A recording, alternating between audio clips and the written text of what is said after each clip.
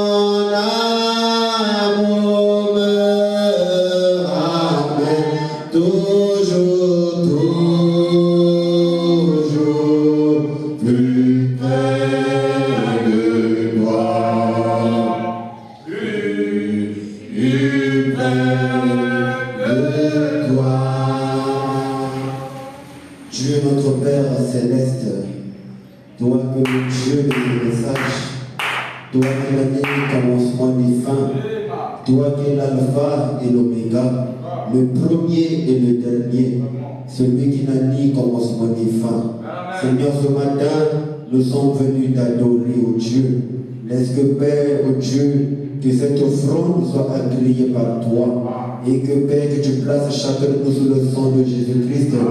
Alors que Père, nous condamnons toutes les présences, toutes les atmosphères contraires à ta parole soient condamnées dans le nom de Jésus. Dispose nos cœurs, nos âmes, Seigneur, à recevoir ta parole, Seigneur, en toute totalité, dans le nom de Jésus-Christ.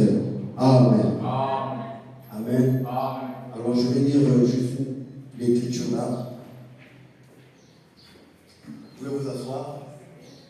Et avant que le prédicateur arrive, avant qu'il monte, j'allais dire, c'est une question qui m'avait été posée, mais je voulais quand même répondre ça clairement ici.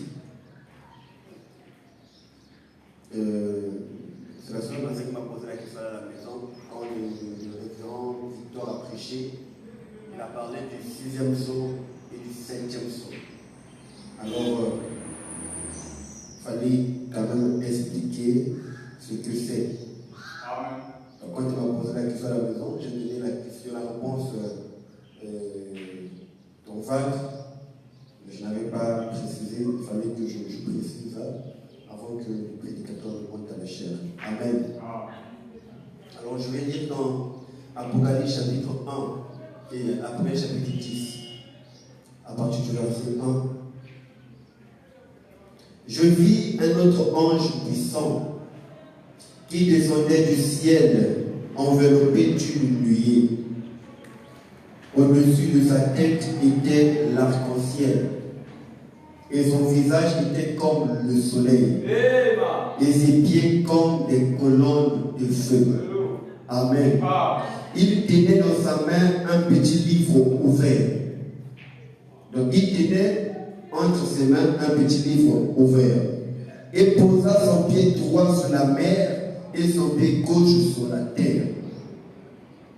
Alors les deux, la terre et la mer, sont des puissances. Amen. Le verset 3. Et il cria d'une voix forte, comme rugit un lion. Quand il cria, les 7 tonnerres firent entendre leur voix. Amen. Les 7 tonnerres, les 7 sceaux. Amen. Je continue. Et quand les 7 tonnerres eurent fait entendre leur voix, j'allais écrire. Et j'entendis du ciel une voix qui disait: scelle ce qu'ont dit les 7 tonnerres. Amen. Et ne l'écris pas. Et l'ange que je voyais debout sur la mer et sur la terre leva sa main droite vers le ciel et jura par celui qui vit au siècle des siècles, qui a créé le ciel et les choses qui y sont, la terre et les choses qui y sont, et la mer et les choses qui y sont, qu'il n'y aurait plus de temps. Mais qu'au jour de la voix du 7e ange, quand il sonnerait de la trompette, le mystère de Dieu s'accomplirait, comme il a annoncé à ses serviteurs, les prophètes. Amen. Et la voix que j'avais entendue du ciel me parla de nouveau et dit: va, prends tienne debout sur la mer et sur la terre. Et j'allai vers l'ange en lui disant de me donner le petit livre. De me donner le petit livre. Et il me dit, prends-le et avale-le. Il sera amer à tes entrailles, mais dans ta bouche, il sera tout comme du miel. Amen. Alors, c'est pour dire que les 7 tonnerres, ce sont les 7 voix de l'Éternel. Les 7 tonnerres, ce sont les 7 voix de Dieu. Quand la Bible dit que les 7 tonnerres furent entendre leur voix, donc c'était Dieu qui parlait dans les 7 tonnerres. C'est comme par exemple, vous voyez les tonnerres. Quand il y a la pluie, les tonnerres comptent, n'est-ce pas? Mais derrière ces tonnerres, il y a un message qui se cache, qu'on appelait par les 7 sceaux. Amen. Il y avait avant le premier sceau, il y avait le deuxième sceau, le troisième sceau. Donc, quand on parle des sceaux, les sceaux là cachaient un message. Ce n'est autre qu'un message, le contenu du message. Amen. C'est quoi un sceau? Un sceau, c'est quelque chose qui est scellé, qu'on ne connaît pas. Quand on dit le premier sceau, ça veut dire que le premier message. Le deuxième sceau, le deuxième message.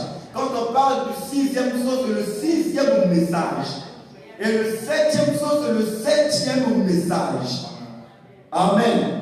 Donc ce n'est que les messages qu'on avait scellés. Voilà pourquoi quand Jean voulait l'écrire, la Bible dit qu'il y eut un silence d'environ 30 minutes dans le ciel. Amen. Mais pourquoi à l'ouverture du 7e message, il y a eu un silence? Amen. Le sceau, c'est quelque chose qui est caché. Je peux prendre par exemple, vous avez déjà vu, par exemple, un papier. Quand on prend un papier format A4, quand on plie le papier sous forme de rouleau, et on prend par exemple un papier, on ferme comme un nœud. Amen. Là, c'est scellé. Quand c'est scellé, tu ne peux pas voir le contenu qui est dans ce papier-là. Il faut donc détacher le fil pour voir le contenu ou pour lire le contenu. Donc, les sceaux, quand on parle du 6e sceau, ce n'est que le message.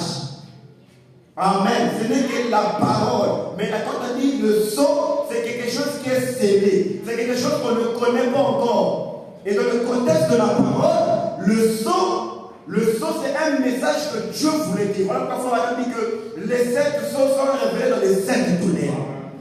Amen. Et quand la Bible dit que les 7 tonnerres furent entendre leur voix, alors les 7 tonnerres là, c'était les messages. Quand madame dit que les 7 tonnerres, ce sont les 7 voix de l'Éternel qui parlaient, qui grondaient. Mais dans les 7 voix de l'Éternel, il y a eu 7 messages qui devaient être dévoilés. Amen. Donc nous vous rappelez, quand on parle du 6e sceau, le 7e sceau, ce n'est que le message. Ça veut dire que les 7 sceaux, les 7 tonnerres, les 7 tonnerres s'identifient aux 7 cages de l'Église. Et chaque âge avait un message. Quand on parle, le premier sceau, le frère madame dit que, le frère madame donne bien l'exemple, il donne bien l'enseignement sur les sceaux. Amen. Il disait que le premier sceau c'était ceci, le deuxième sceau c'était ceci, et le 7e sceau, amen. Le 7e sceau c'est le message qui se révèle. C'est Christ lui-même, ce n'est que le message. Quand on parle du 7e sceau, en fait, ne vous embrouillez pas. Quand on parle du 6e sceau, ne vous embrouillez pas. Ce n'est qu'un message qui était scellé. Un message caché, mais qui devait être révélé. C'est ça, dans les termes les plus simples. C'est ça. Amen. C'est bon, c'est merci. Donc, quand on dit 7 sceaux et 6e sceau, ce n'est que le message qui est caché. Et madame dit que les 7 sceaux, c'est un mystère. Et un mystère, c'est quelque chose qui est caché. Et le sceau, c'est quoi? C'est la marque. Ça veut dire qu'on met la marque. Amen. Amen. C'est ça le sceau. Le sceau, c'est quelque chose qu'on met le cachet. Ça veut dire que quand on met le cachet, il faut le briser. Voilà pourquoi quand Jean voyait le premier sceau a été brisé, a été révélé, alors le rouleau là, le sceau qui faisait que le livre soit caché, ou le message qui était dans le livre soit caché, il fallait que l'agneau puisse briser ce sceau-là pour que le message soit donné. Autant aussi longtemps que le sceau ne pouvait pas être brisé, alors le message ne devait pas être connu. Donc le premier sceau jusqu'au 7e sceau, ce n'est que le message, ce n'est que la parole. cachés, mais qui devaient être révélés. Voilà pourquoi la Bible dit, dans la première chapitre 10, le verset 7, la Bible dit que même au jour de la voix du 7e ange, est-ce que vous voyez? Donc, il y a eu 7 messagers, il y a eu 7 arches d'église, il y a eu 7 messages, il y a eu les 7 sceaux. Amen. Donc, même au jour de la voix du 7e ange, quand il sonnerait de la trompette, tous les mystères de Dieu s'accompliraient. Or, les mystères de Dieu se trouvaient où? Se trouvaient dans les sceaux. Amen. Et Branham me dit, je le répète encore, quand les 7 tonnerres firent entendre leur voix, les 7 sceaux ont été révélés dans les tonnerres. Amen. Donc, les 7 tonnerres que la Bible parle, ce n'est que les 7 voix de l'Éternel. Amen. Ce n'est que les 7 voix de l'Éternel. Ou encore les 7 âges de l'Église. Parce que chaque âge a eu un message. L'âge de Paul a eu un message. L'âge d'Éphèse a eu un message. Jusqu'à la Odyssée, là où nous sommes, il y a eu, si vous comptez, d'Éphèse jusqu'à la Odyssée, ça fait 7 âges d'église. Et les 7 âges d'église, il y a 7 sceaux, 7 mystères que Dieu devait révéler pour les 7 âges d'église. Amen.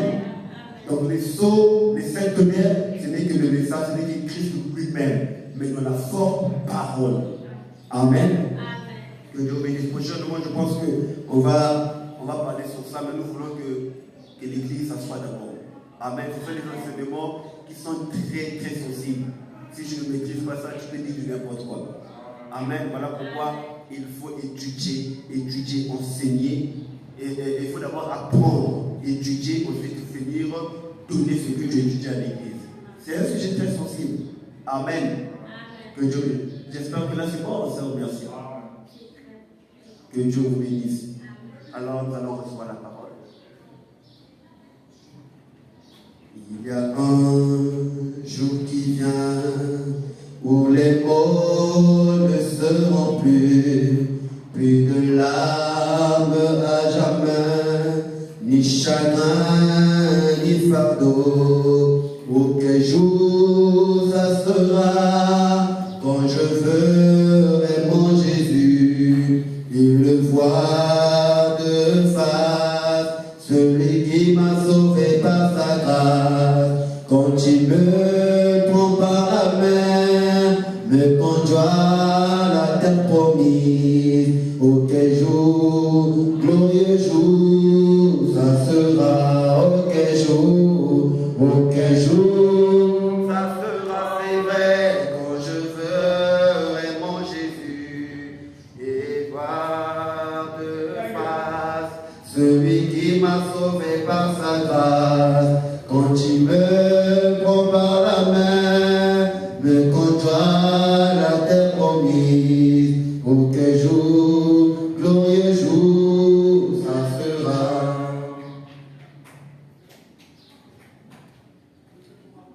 Longtemps j'ai entendu parler d'un pays lointain, c'est une belle demeure pour l'âme.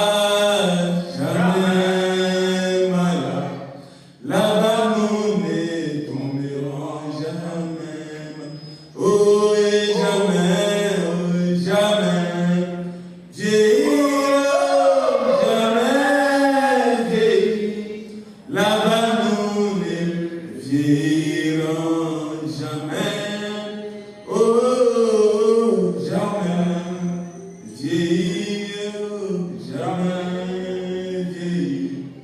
Là-bas nous ne vieillirons jamais.